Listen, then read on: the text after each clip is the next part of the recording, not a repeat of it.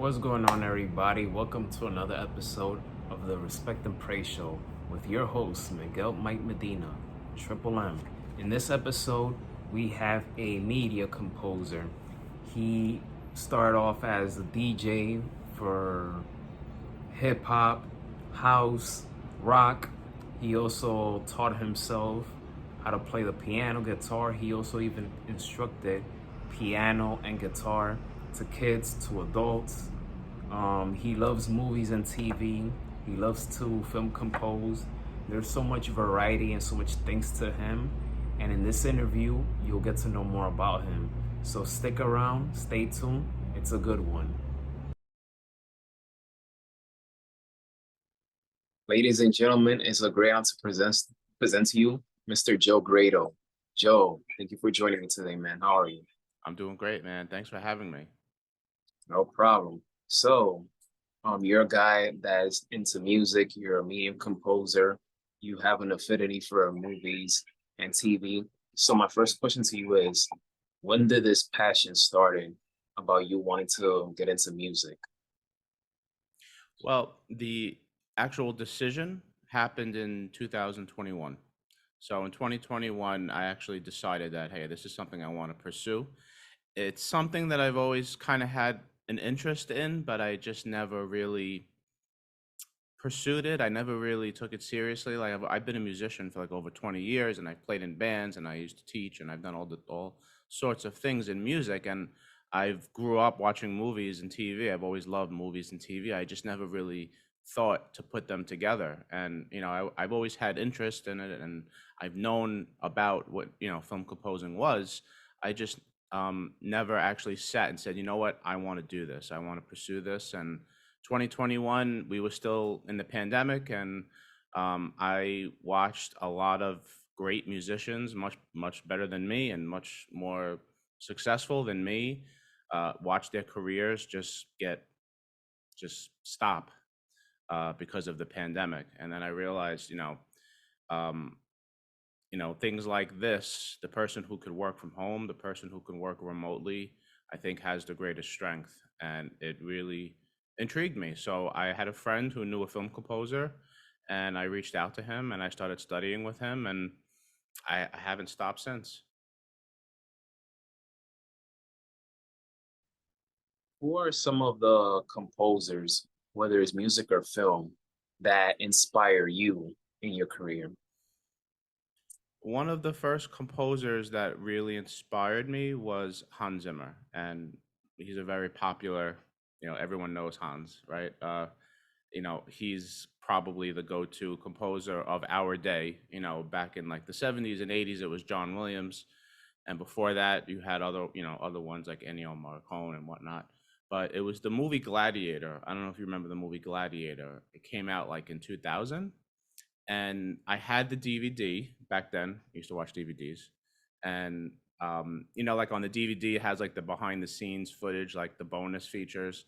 So I remember watching the bonus features, and there was a whole segment on him and his music and the music that he did um, with Lisa Gerard for the soundtrack and for the score for Gladiator, and they interviewed him in his studio, and they just went into the whole thing about how he comes up with the music and the whole creative process, and it just intrigued me. And that was like my first big like aha moment, like wow, this is really cool. Like I really want to like I want to do this, I want to look into this. But then I kind of got sidetracked with other things, and I just never really kind of took that punch. But he was the first inspiration. Hans Zimmer, John Williams, Brian Tyler. He did a lot. He just did the Super Mario Brothers movie music. He did a lot of the Fast and Furious movies. But Hans Zimmer was the first one. Before all of this, you began as a DJ for hip hop and house. How was that like, and for how long you did that for?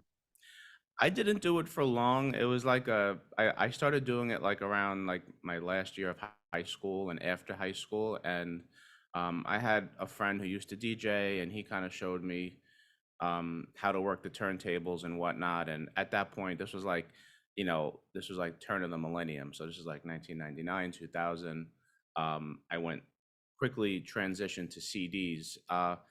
It, it's just funny. My entry into music was very unconventional. So I started DJing, and I would do like college parties and local bars and stuff like that. And then very quickly, I was like, you know what? I want to start making my own beats. I want to start producing my own music. So I bought a little synthesizer, and I've always had a very diverse interest in music. I'm not one of those people that are like, oh, I just like hip hop, or I just like jazz, or I just like this. Like I've been all over the map. So I used to listen to rock and like alternative rock. So I picked up an acoustic guitar, and I kind of just started teaching myself. And I started teaching myself the keyboard and the piano.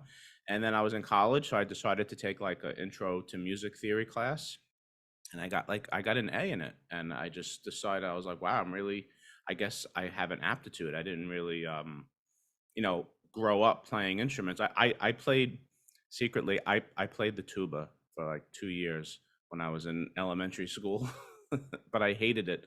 So then I ended up just kind of giving up music. And then I just started DJing. And then, like I said, I wanted to make my own beats and produce my own music. And then I just kind of started doodling with the keyboard and the guitar. And then it just took off. Interesting, interesting. So tell us, what do you mean by you're the epitome of a musical renaissance man? Um, I think somebody wrote that for me, but I'll elaborate. A musical renaissance man meaning like a polymath, which is kind of like an old philosophical term of somebody who could study in multiple disciplines. So I've, like I said, I started out growing up with hip hop. I grew up in Brooklyn, so I started growing up listening to old school hip hop in the '80s and '90s, and techno and house music and trance and stuff like that. I DJ'd, and then I was always into rock music. And then I went to school and I started learning about classical and jazz and the blues and electronic music. So, you know, I studied audio engineering. So I did like some internships in some recording studios, and I wanted to be the guy behind the boards, with all the faders. And I learned just kind of like a little bit of everything in music. Like I studied classical guitar, I studied classical piano. Like I studied jazz piano for a while. I played jazz, and I just kind of can't limit myself to a box. And I love that film composing, media composing for me is the epitome of all that. It's a place where I get to take all of everything that I've learned and put it in one place. Because when you're a media composer, I know you can't see what I have here because of the camera angle, but basically it's like it looks like something at NASA. I have like screens and gizmos all over the place. I love being able to kind of put all of my experience and my talents together, because with media composing, you have to be able to write music for, you might be called to write Brazilian music, you might be called to write jazz, you might be called to write electronic, you might be called to write orchestral, you might be called to write like a folk music, Americana kind of thing. And I've been doing stuff like that. I've just been, you know, whatever comes at me, I just tackle it. And I studied many other things. I actually work in the medical field as well. So that's like my day job thing. I'm a respiratory therapist, and I studied, science and things like that, biology, chemistry, physics for that. And some philosophy. I've always loved philosophy, like Socrates and, Aristotle, psychology. So I'm not calling myself a Renaissance man because I still have a lot to learn, and I'm always learning and I'm always growing as a person. But what I mean by that is that I'm kind of like a jack of all trades, but in a way, I'm trying to master all those trades, not just be a jack of all trades.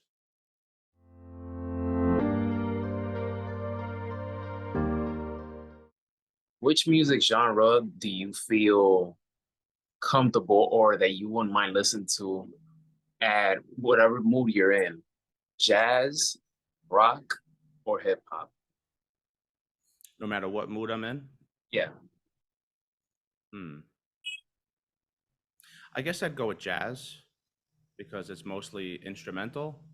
Um, it's kind of like watching a movie versus reading the book, where it's like I find that music with lyrics, as much as I love music with lyrics, I love music with singing, and I love hip hop, but I like instrumental music a little bit better because it kind of leaves your mind up to interpret the feelings of it, right? Like when you read a book, you can imagine the characters, but when you see the movie, now it's like if I go read Fight Club, read the book, I'm always going to think of, Brad Pitt and Edward Norton as the characters. I'm not going to be able to kind of come up with it on my own. Jazz is something I could pretty much listen to no matter I what. agree. I agree. Jazz, I mean, jazz is perfect, especially when you're reading a book Hmm. or you're just reflecting. I don't, it's like I agree with you. Yes, we like music with lyrics and stuff like that, but when we hear those instruments, it's good for the heart, mind, and soul, So God bless jazz in that regard. And I've become more of a fan of jazz in the last year or so. It's just phenomenal. I listen to jazz every morning. So, Who's your favorite jazz musician or artist?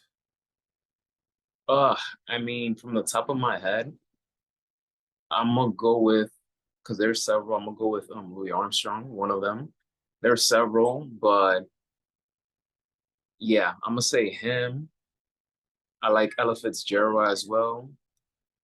More the old school. I like the old school sound, but yeah, that's just a few. But to continue with the game, name me your top three favorite films that you absolutely love the film score. Okay. So those top favorite things are always hard for me because there's so many. Um, Back to the Future, I have to say, Alan Silvestri did the score. That was always my favorite. I grew up on those movies. So for me, it's like those movies and the soundtracks are like embedded in my head. So I'd say Back to the Future, all three of them. Um, um, like I mentioned before, Gladiator with Hans Zimmer. That's one of my favorite scores. I love. I can just play it from the beginning to the end.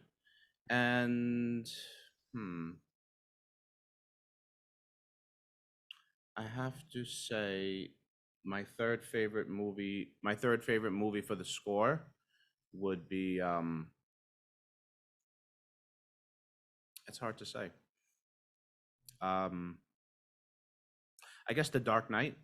Hate to keep making it Hans Zimmer try to. All right, how about this? I already did a Hans Zimmer. I'll do a John Williams one. How about um Star Wars? All right, cool, Yeah. cool, not bad. Let's see. Favorite dessert. Favorite dessert, ice cream. 100%. Hmm.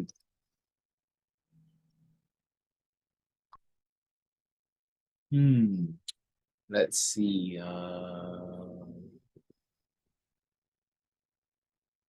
Piano or guitar? Piano.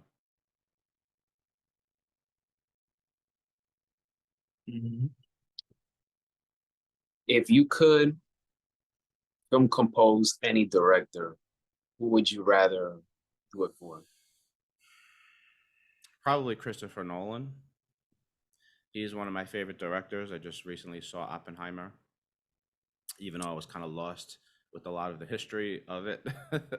Hmm. um, I just love his movies, Inception, the Batman, Dark Knight movies, Interstellar. I just love, I think he's one of the few really truly original uh, filmmakers around today. His movies make you think, which is what I love.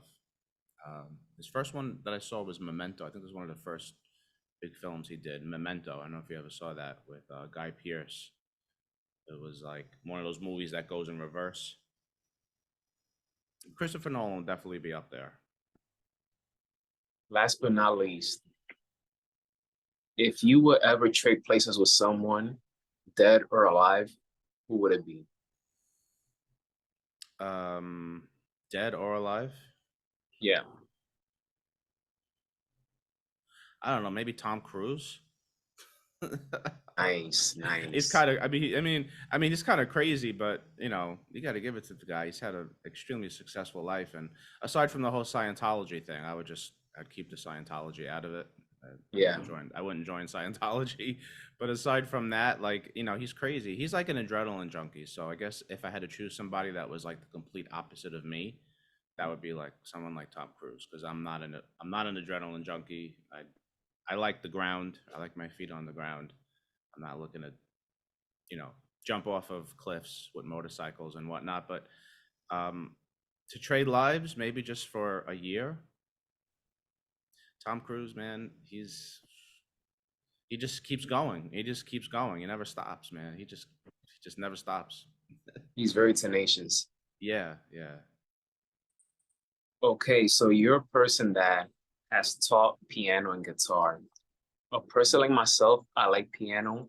Is my favorite instrument, and someday I would like to learn how to play the piano.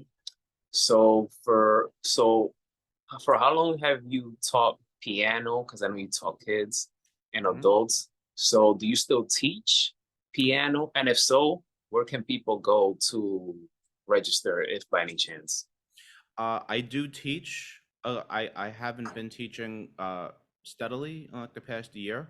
Um, I have taught in home. I have taught, going to people's houses. I've taught virtually. I've taught from my own home, and I've taught at a music schools before.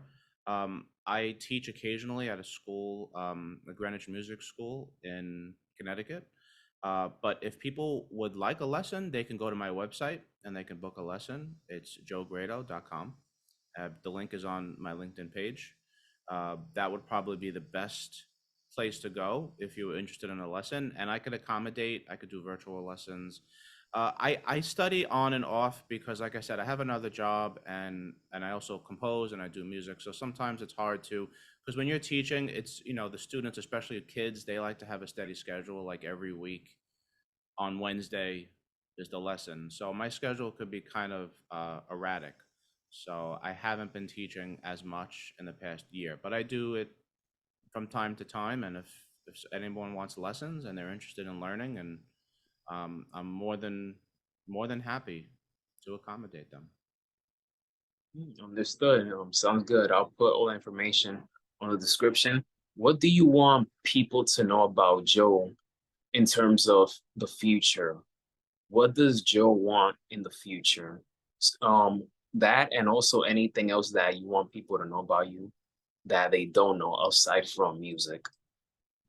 Outside from music, Yeah, like my personal life, you mean? it could be personal life, it could be anything adventurous, anything. Is there anything that you want people to know about you in that regard? Um, that I want people to know, probably not.